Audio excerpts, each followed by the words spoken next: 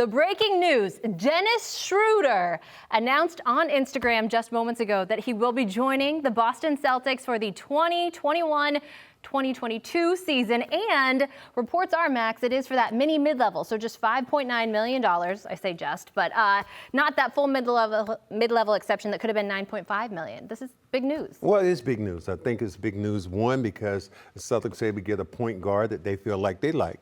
But I think more so because it's a prove-it contract. It's not a long-term. We are trying you out. You're trying us out, and we'll see how we like each other. At the end of the day, if it works, then we'll come back, and we might do something even better. But Schroder, they've always said this, he was, at that time, the German Rondo.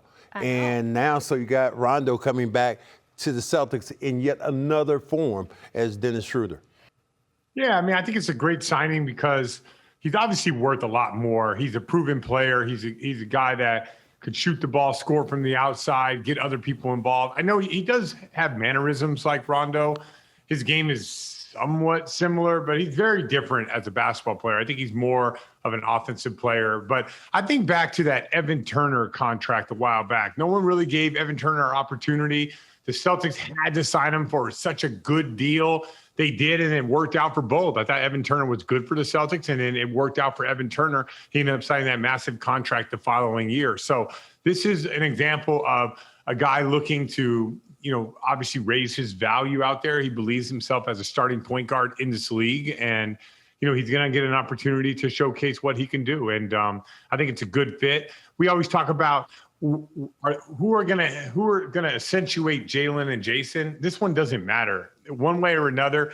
He's a good player, and for a good value, you go out there and get it, and you just figure out a way to make it work. Look, I think this is a potentially off-season saving deal. With respect to Scal's opinion on the Celtics backcourt, I know he believed there was enough. I didn't think so, and I thought it was only a matter of weeks before we were having a discussion during the season about where was the offense going to come from outside of Jason Tatum and Jaylen Brown. Now you have an answer to that question. Schroder is an immensely talented offensive player. He did it as a third guard in Oklahoma City 2 years ago. He did it for the Lakers in spurts last season. One thing I'd point you to, Abby, is look at the numbers that Schroder put up and how the Lakers played when they were healthy with Schroder, LeBron, and Anthony Davis on the floor. They were monsters when those three guys were healthy and playing well. Schroder had a tough end to last season due largely to the COVID infection he suffered towards the end, came back, was not the same player, but this guy can absolutely play. And whether it's as a first guard off the bench